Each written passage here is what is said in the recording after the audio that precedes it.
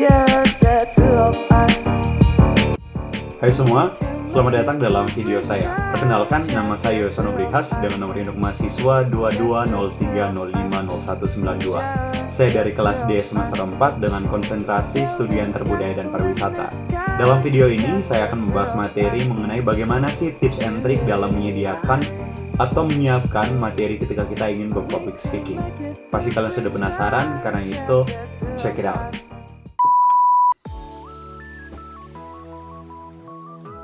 Saya baru saja mengganti pakaian saya dengan pakaian yang lebih formal. Tentu saja saya ingin mengkomunikasikan bahwa di dalam berpublic speaking, penampilan kita juga akan mempengaruhi pandangan dan juga perasaan audiens terhadap kita. Tetapi bukan hal yang ingin saya bahas di sini. Saya akan membahas mengenai bagaimana cara-cara dalam menyusun materi ketika ingin berpublic speaking. Tetapi sebelum itu, sedikit informasi untuk kita bahwa kita perlu ketahui dulu nih, apa itu definisi dan juga tujuan dari public speaking. Public speaking adalah sebuah kemampuan untuk berbicara di depan publik dengan tujuan untuk menyampaikan pesan secara efektif. Ini melibatkan kemampuan dalam mengorganisir pikiran, memilih kata-kata, dan juga menggunakan bahasa tubuh yang meyakinkan sehingga audiens dapat memahami apa yang kita sampaikan secara komprehensif. Tujuan utama dari public speaking itu sebenarnya sederhana sekali. Yang pertama, untuk menyampaikan pesan kepada audiens dengan jelas, kemudian untuk mempengaruhi pendapat dan juga pikiran mereka, serta untuk menginspirasi atau bahkan menghibur mereka.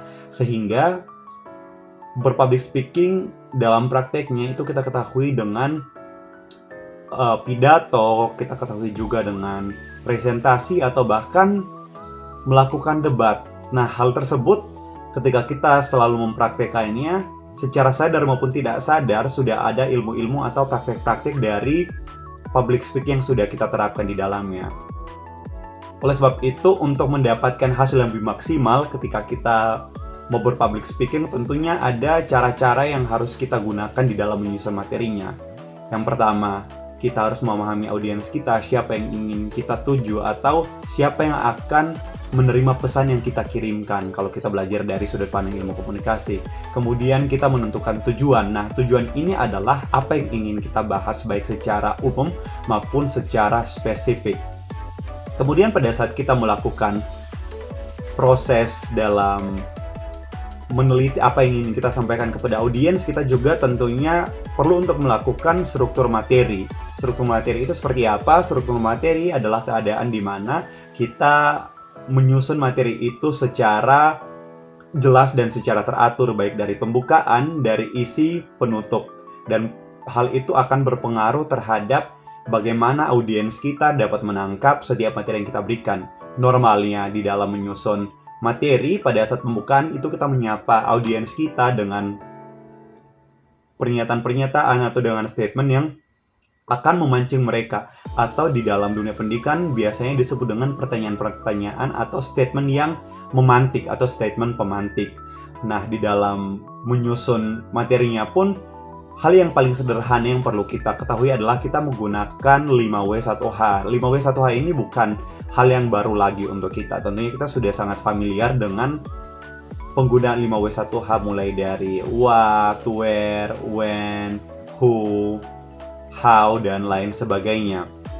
Setelah dari kita menyusun materi, kita coba untuk memilih pesan utama yang ingin kita sampaikan di dalam materi yang kita bawakan ketika kita berpublic speaking, sehingga para audiens kita itu dapat menangkap setidaknya hal yang paling mendasar, hal yang paling penting di dalam apa yang sudah kita bahas sepanjang materi.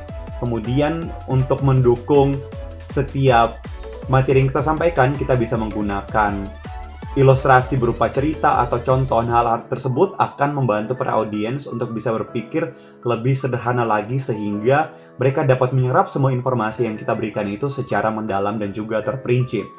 Kemudian kita juga bisa menggunakan alat bantu yang dapat memudahkan audiens untuk semakin terpukau lagi, semakin dibawa kepada tujuan dari materi yang kita bawakan, baik itu dalam presentasi yang efektif ataupun alat peraga lainnya. Karena terkadang di dalam proses menyampaikan materi, orang-orang itu juga membutuhkan sebuah ilustrasi yang penting. Kemudian sebelum kita melakukan proses berpublic speaking, tentunya juga kita membutuhkan praktik. Nah, praktik ini akan membantu kita untuk kita tidak merasa gugup ketika kita melakukan presentasi, dan juga semaksimal mungkin mengurangi kita dalam melakukan kesalahan-kesalahan di dalam kita mengucapkan atau dalam menyampaikan setiap pendapat yang ingin kita utarakan. Yang terakhir adalah mengatur waktu dengan baik, sehingga pada saat kita menyampaikan materi tidak menyampaikan dengan terburu-buru atau mungkin terlalu lama sehingga orang merasa jenuh atau bosan. Akhirnya sebenarnya pesan itu sangat baik, namun karena manajemen waktu kita tidak baik, para audiens akhirnya merasa bosan. Untuk mendukung itu juga kita menyiapkan dengan antisipasi pertanyaan ketika kita berpublic speaking dalam bentuk pidato. Nanti dari lawan kita itu akan memberikan pertanyaan-pertanyaan, itu perlu diantisipasi. Dan juga kita bisa menggunakan pengalaman-pengalaman pribadi kita untuk makin menguatkan feeling, makin menguatkan pesan yang ingin kita sampaikan di dalam presentasi kita tersebut.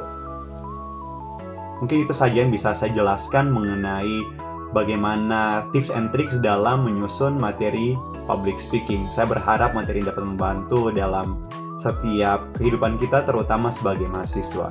Sekian dan terima kasih. Sampai jumpa.